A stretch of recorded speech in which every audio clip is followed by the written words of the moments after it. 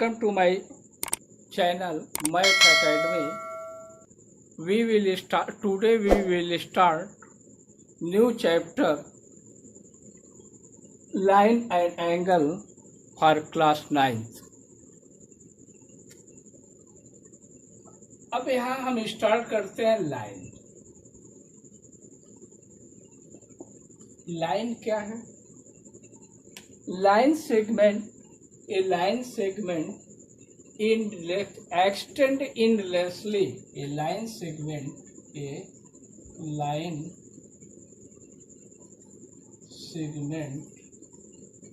extend endlessly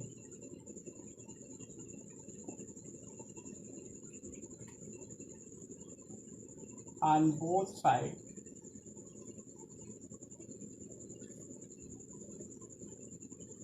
is called line. Friends, ये जो line होती है वो क्या होती है? दोनों साइड में अनवरत चलती जाती है. इसीलिए कहा जाता है कि हम लाइन को यदि हम चाहें तो इस अर्थ पे खींचना तो ये पॉसिबल नहीं है. इसका कहीं अंत नहीं होता है. इसको डिनोट्स जब हम करते हैं लाइन को, तो इसको डिनोट्स जब करते हैं तो यह लिखते हैं ए बी. मतलब यह कहीं पर भी एंड नहीं होती. इसके बाद आता है रे. रे क्या होता है? रे यह लाइन का एक पार्ट है जिसमें एक एंड पॉइंट होता है. It has one end point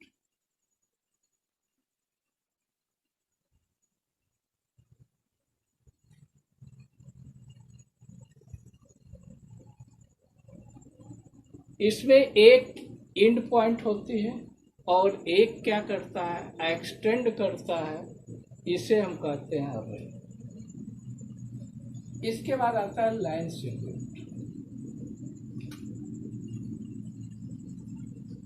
line segment क्या होता है? It has two end point. इसमें क्या होता है? It has two end point. It has two end point.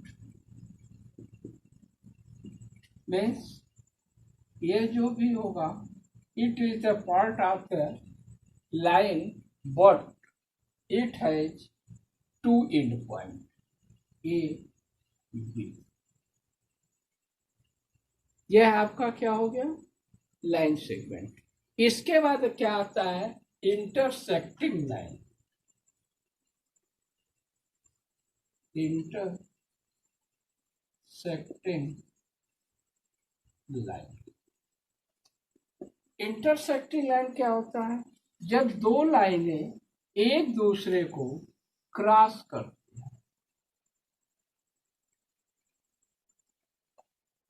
यदि यह लाइन एल है, यह लाइन एम है और ये क्रॉस करती है, ये जिस बिंदु पर, जिस पॉइंट पे ये क्रॉस करती है, इस पॉइंट को हम कहते हैं इंटरसेक्टिंग पॉइंट. इंटरसेक्टिंग पॉइंट इसे कहते हैं इंटरसेक्टिंग पॉइंट. अब इसमें एक आता नॉन इंटरसेक्टिंग लाइन. मीन्स यदि ये दोनों लाइनें ये क्या हो? पैरेलल हो. दोनों लाइनें क्या हो? पैरेलल हो. यदि दोनों लाइनें पैरेलल होंगी तो यह इसे इंटरसेक्ट नहीं करती है. इसलिए इसे नॉन इंटरसेक्टिंग लाइन कहते हैं. इसको क्या कहते हैं? नॉन इंटरसेक्टिंग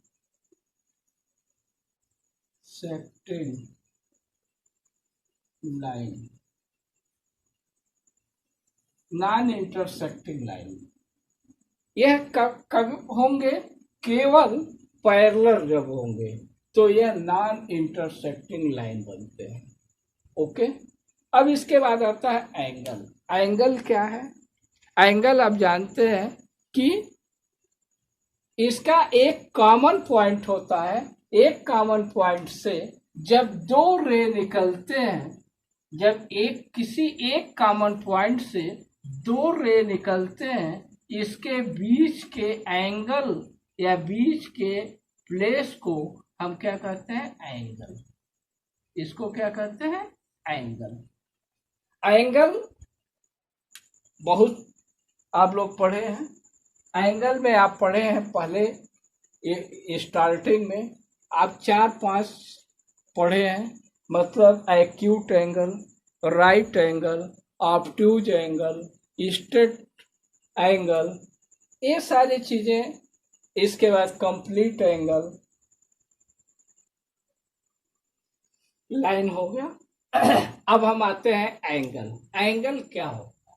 एंगल को यदि हम देखते हैं कि जब दो रे सेम पॉइंट या कॉमन पॉइंट से निकलते हैं, यह बीच का जो प्लेस होता है इसे हम कहते हैं एंगल।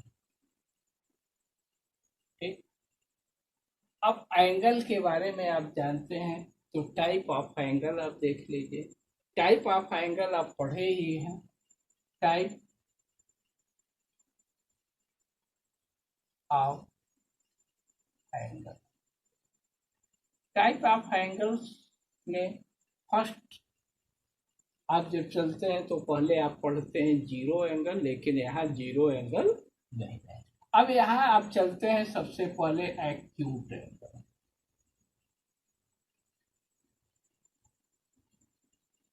एक्यूट एंगल क्या होता है? मोर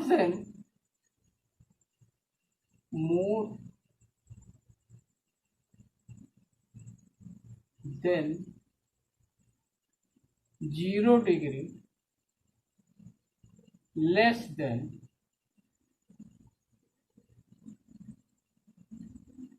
190।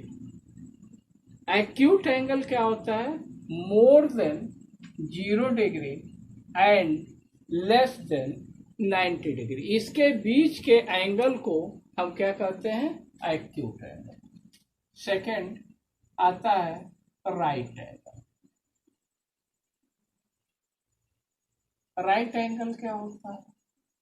ये आप जानते भी हैं। एक्यूरेट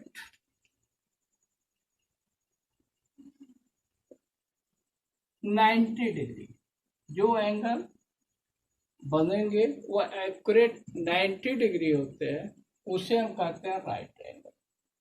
राइट एंगल के बाद अब आता है ऑब्ट्यूज एंगल। थर्ड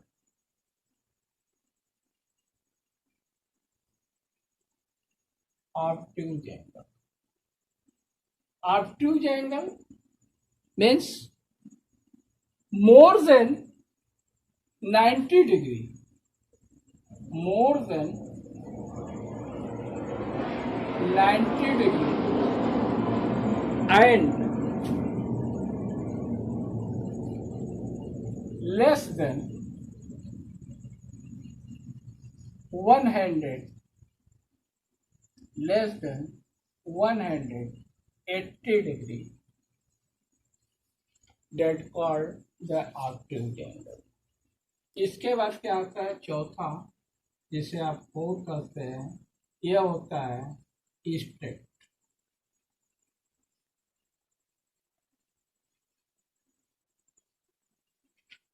अभी आप लाइन पढ़े हैं, लाइन भी स्ट्रेट एंगल ही होती है। यह क्या होते हैं? एक्यूरेट 180। इसके बाद फिफ्थ एंगल जो होता है वह होता है reflexive angle.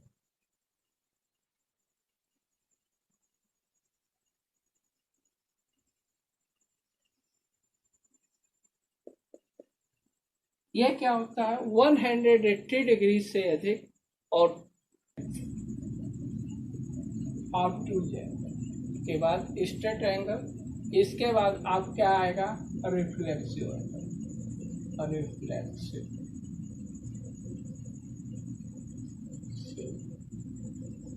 Angle, reflexive angle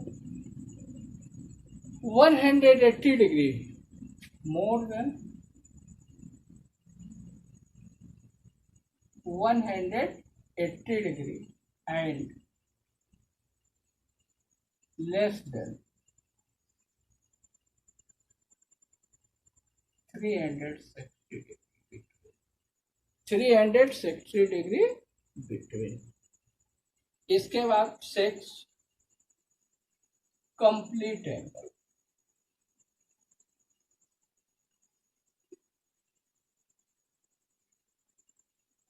6 complete angle, complete angle means अब ये क्या होगा, एक्यूरेट 360 डिग्री मीन्स अब इसको आप कह सकते हैं यह एक सर्किल हो गया। यहाँ तक तो आप लोग जानते हैं। अब इसके बाद इसमें और ऐड होते हैं, क्या होते हैं, 6 के बाद 7,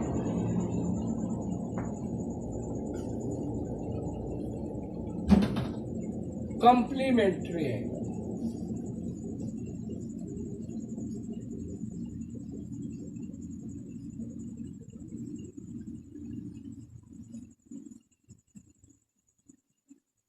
कॉम्प्लीमेंट्री एंगल क्या होता है, sum of two angle, sum of two angle is 90 degree. जब दो एंगल मिलकर 90 डिग्री बनाते हैं जिसे हम क्या कहते हैं, complementary angle.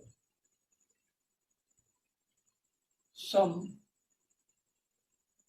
Of two angle is 90 degree, तो वह क्या हो जाएगा, कॉम्प्लीमेंट्री एंगल। इसके बाद आता है 7 के बाद 8, सप्लीमेंट्री,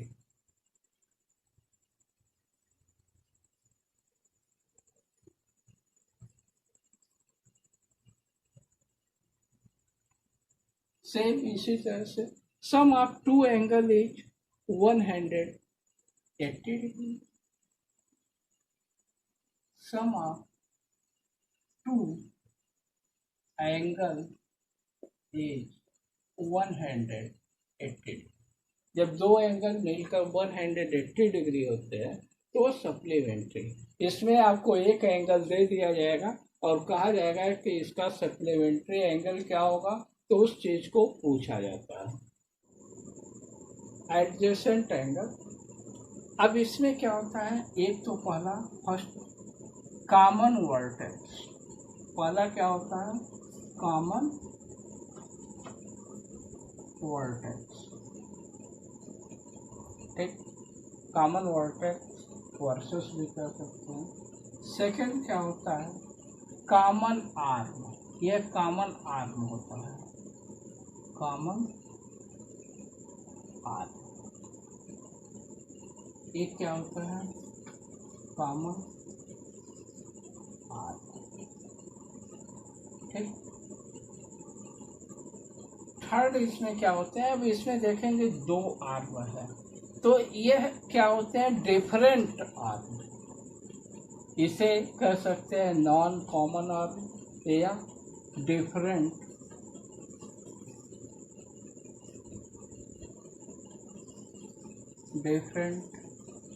आर्म इन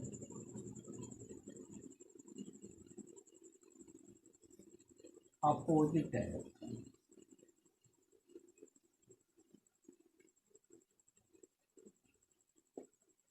यह आपका होता है एडजेसेंट एंगल। इसके बाद आता है आपका बाइसेक्टर ऑफ एंगल।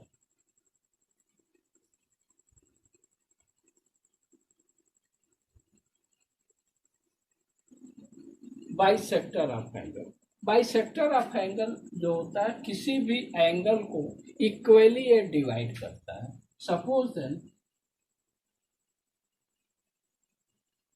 ये होगा, ये होगा, और ये इसे इक्वली टू पार्ट है। Which line is divide the angle is equally two part that called the bisector of angle। तो यह bisector of angle।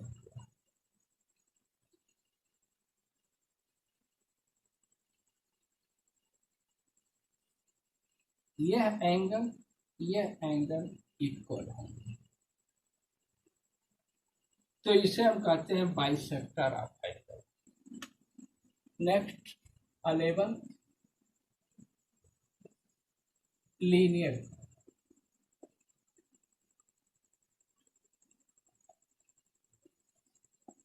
Linear pair क्या होता है? Linear pair sum of two adjacent angle is a linear pair. अब इस चीज को आप देख लीजिए, एंगल पॉइंट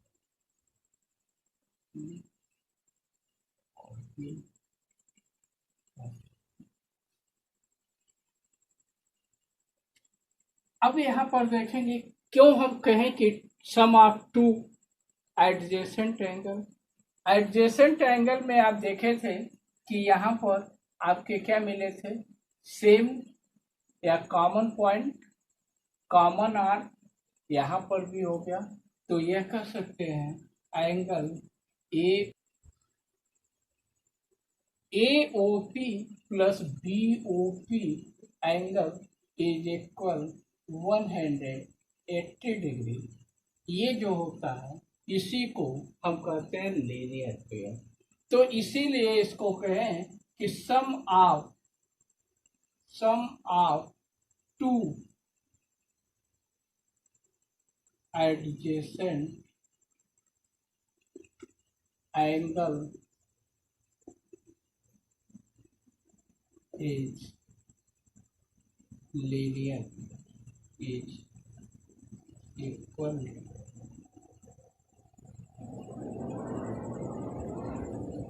linear, क्योंकि angle AOP plus BOP is equal 180 degree, यही आपका लीनियर पेयर होता है। अब नेक्स्ट आप चलेंगे तो यह आएगा 12, जिसे हम कहते हैं vertically opposite angles. Vertically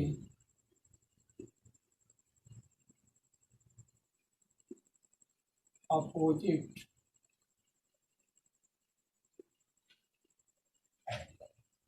vertically opposite angle. अभी इसके पहले मैं एक बताया था लाइन में कि intersecting line, two intersecting line, यह आपको बताया ही था। ठीक, जब दो लाइन किसी एक पॉइंट पे इंटरसेक्ट करती है तो इसके यह एंगल जो होते हैं इस एंगल के इक्वल होते हैं, और यह एंगल जो होता है इस एंगल के इक्वल होता है। अब ऐसा क्यों होता है, इस चीज को यदि आप जानना चाहते हैं तो ये लीनियर पेयर से आपको क्लियर हो जाएगा। इसको मान लीजिए ए, यह इंटरसेक्टिंग पॉइंट O हो गया, यह हो गया B, यह हो गया C, यह हो गया D। AB लाइन और DC लाइन, जब ये इस चीज को हम चलते हैं तो यहाँ देखेंगे कि यदि हम DC को लेते हैं तो यहाँ AOC और DOA यह 180 डिग्री हो गया। सेम इसी तरह से इसका भी हो जाएगा। और इस चीज को क्लियर करते हैं AOB को लेकर, तो AOD प्लस BOD यह क्या होते हैं, आपस में इक्वल हो जाते हैं। मतलब मीन्स हम कह सकते हैं angle AOC is equal angle BOD and angle AOD is equal angle BOC. Voltage